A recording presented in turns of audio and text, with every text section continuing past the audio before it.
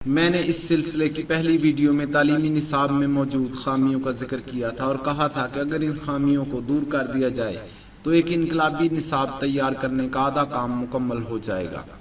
پہلی خامی جس کی میں نے نشاندہی کی تھی وہ تھا رٹا۔ رٹنا کے لغوی معنی یہ ہیں: بار بار دہرانا، زبانی یاد کرنا۔ بظاہر تو رٹنے کے عمل میں کوئی نقصان نظر نہیں آتا، اور یہ حقیقت ہے کہ تمام قسم کا رٹا نقصان دہ نہیں ہوتا۔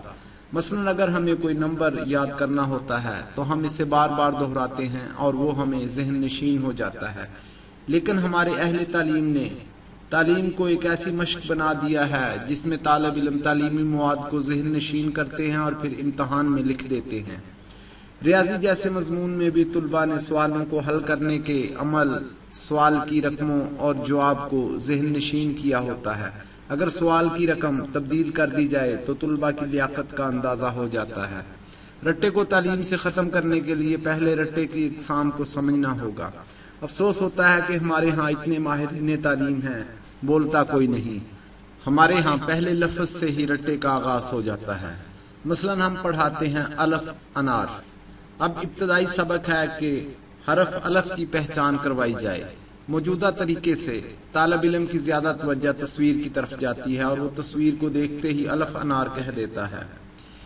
اس طرح وہ الف سے لے کر یہ تک قاعدہ پڑھ لیتا ہے، لیکن حروف کی پہچان اس سے نہیں ہوتی ہے۔ میرے خیال میں یہ طریقہ تب تو درست تھا جب ابتدائی حروف کی تعلیم دیتے ہوئے تصاویر کا استعمال نہیں کیا جاتا تھا۔ اب بھی ہمارے ہاں دینی قاعدوں میں حروف کی تعلیم دیتے ہوئے ان سے بننے والے الفاظ اور تصاویر نہیں دی جاتی ہیں۔ اس گفتگو کا مقصد یہ ہے کہ ہمارے ہاں تعلیم پر تحقیقی کام نہیں ہو رہا ہے۔ ہر طرف لکیر کے فقیر ہیں جو تعلیم میں تحقیق کی بجائے اندھی تقلید کے حامی ہیں۔ میں تعلیم میں تحقیق کی بات کرتا ہوں۔ جب تحقیق کی جائے گی تو یقیناً بہتر نصاب سامنے آئے گا۔ اب حکومت سے یہ امید رکھنا کہ وہ ایک انقلابی نصاب تیار کرے گی ایک خام خیالی ہے۔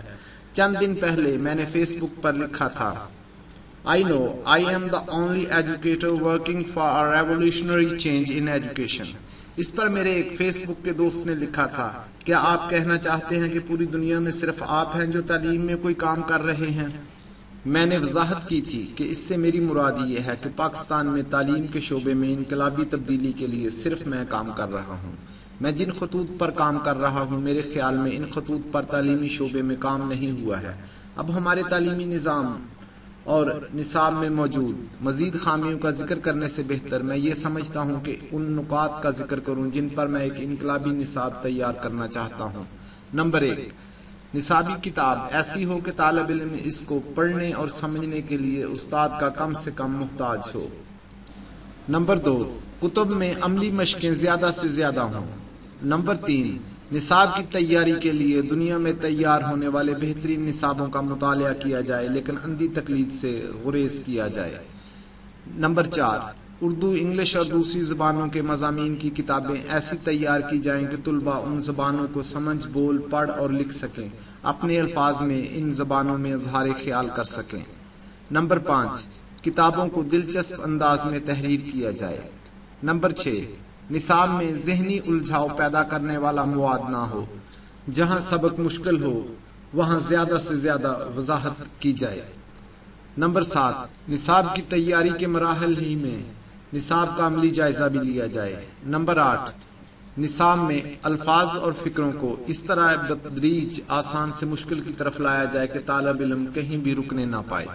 نمبر 9، تمام نصاب میں آنے والے الفاظ کا ریکارڈ مرتب کیا جائے تاکہ معلوم ہو کہ کوئی لفظ کہاں اور کن معنی میں استعمال ہوا، اور نصاب کو ختم کرنے کے بعد ہمیں علم ہو کہ طالب علم نے کتنے الفاظ پڑھے۔